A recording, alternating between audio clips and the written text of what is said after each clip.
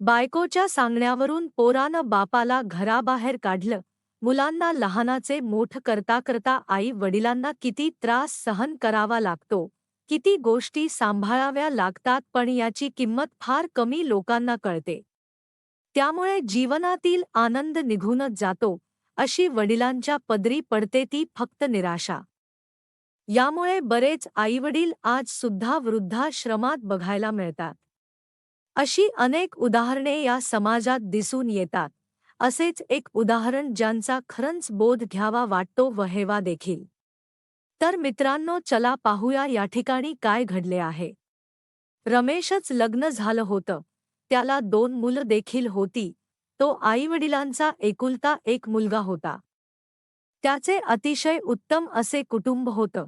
त्याचे वडील तर अतिशय शांत आणि प्रामाणिक स्वभावाचे होते. कुटुंबामध्ये सर्व वातावरण अतिशय सुंदर होतं. पण अचानक रमेशच्या आईचं आकस्मिक निधन झालं. रमेशची आई गेल्यानंतर त्याने एका महिन्यातच वडिलांसोबत भांडण करायला सुरुवात केली. तो त्याच्या वडिलांना म्हणायचा की बाबा, तुमच्यामुळे मला खूप त्रास होत आहे. घरामध्ये खूप भांडण होत आहेत. माझ्या बायकोला आई गेल्यामुळे घरातील सर्वच कामे करावी लागत आहेत. त्यातून ती तुमच्या समोर साडी घालून काम करते आणि तिला साडी घालायला आवडत नाही. तिला खूप अवघडल्यासारखं होतंय. तिला मॉडर्न लाईफ जगायला आवडते आणि तुमच्या संस्कारामुळे तिला त्या पद्धतीने जगायला येत नाही. इतकं बोलून थांबता चक्क त्याने वडिलांना स्पष्ट सांगितले की बाबा, तुम्हाला एक विनंती आहे. तुम्ही आता घराच्या खाली असलेल्या गॅरेजमध्ये राहायला जा. रमेशने आपल्या वडिलांना खूप मोठं घर असून सुद्धा गॅरेजमध्ये राहायला सांगितलं. वडील इतके साधे, सहनशील होते की काहीच न बोलता आपलं सामान घेऊन गॅरेजमध्ये राहिले गेले. काही दिवसानंतर ते परत घराच्या पायावर चढून आले आणि बेल वाजवली. रमेशने घराचा दरवाजा उघडला आणि त्याला वाटलं घरात परत भांडण होणार, पण बाबा काहीच बोलले नाहीत. खूप विचार करून बाबांनी हा निर्णय घेतला होता.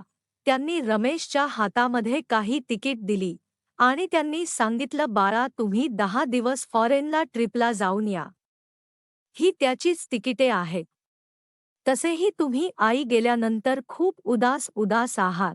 जरा बाहेर फिरून आलात तर तुमचे मन थोडेसे हलक होईल. रमेशने तिकीट घेतली आणि आपल्या बायकोकडे घेऊन गेला. ही बाबांनी आपल्याला फॉरेन ट्रिपला जाण्यासाठी तिकिटे दिली आहे. बायको म्हणाली, तुम्ही जास्त लक्ष देऊ नका. आपल्याशी गोड बोलून घरामध्ये यायचं असेल त्यांना, तसेही तिकिटे मिळालीच आहेत तर आपण फिरून येऊ की. ते मोठ्या खुशीने तयारी करू लागले. रमेश आपल्या बायकोसोबत फॉरेन ट्रिपला निघून गेला. 10 दिवसाची ट्रिप होती. रमेश आपल्या फॅमिली सोबत फॉरेन ट्रिपचा आनंद घेत होता. पण इकडे मात्र अशी परिस्थिती झाली की कुणीच असा विचार करू शकत नाही. कारण इकडे बाबांनी सगळा गेम्स पलटून टाकला होता. त्यांचे जे 60 लाखाचं घर होत व त्याच घरामध्ये रमेशने त्यांना गॅरेजमध्ये ठेवलं होतं, ते घर त्यांनी अवघ्या 30 लाखांमध्ये विकून टाकलं. नंतर त्यांचं उदास झालं होतंच, पण त्यांनी त्यांच्यासाठी नवीन घर घेतलं. व रमेशच सर्व सामान एका भाड्याच्या घरामध्ये नेऊन ठेवलं. पण जेव्हा रमेश 10 दिवसानंतर ट्रिप करून परत आला, तेव्हा तो चकितच झाला. त्याने त्याच्या घराला कुलूप पाहिलं आणि त्या घराच्या समोर एक गार्ड बसला होता. त्याला रमेशने विचारले की, तू इथे काय करत आहेस? माझे वडील कुठे आहेत? त्यावरती तो म्हणाला की, वडील इथून निघून गेले.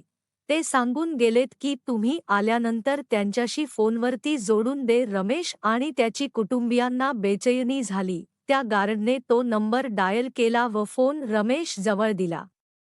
रमेशचे वडील बोलले, तिथेच थांब, मी 15 मिनिटात तुझ्या जवळ येतो. नंतर तुला सगळ्या गोष्टी समजावून सांगतो. थोड्याच वेळात तिथे एक कार आली. त्या कारमधून रमेशचे वडील उतरले आणि रमेशच्या हातामध्ये किल्ली दिली आणि त्याला सांगितलं, तुझ्यासाठी भाड्याच्या घराची व्यवस्था केली आहे आणि 1 वर्षाचा भाड देखील मी भरलं आहे. आता तुम्ही तिथे जा आणि राहा. तुम्हाला हवं तसं जगा, हवं तसं वागा. सर्वजण चकित होऊन म्हणाले, काय? भानावर येऊन रमेश म्हणाला की, पण बाबा तुम्ही कुठे राहणार आहात? त्यावरती वडील म्हणाले, माझ्यासाठी मी एक सुंदर असे घर घेतलं आहे. मी तर खुश आहे. आता तुला कुठे राहायचं तिथं तू खुश राहा. ही गोष्ट उदाहरण खूप काही शिकवून जाते. घरातील छोट्या गोष्टी मोठ्या होऊन वाद वाढतात व नात्यात दुरावा येतो. म्हणून आई वडिलांची सेवा करून त्यांच्या जवळच राहावे. मित्रांनो, माहिती कशी वाटली आम्हाला कमेंट करून नक्की कळवा आणि अशी जीवनशैली माहिती आपल्या प्रियजनांसोबत नक्की शेअर करा.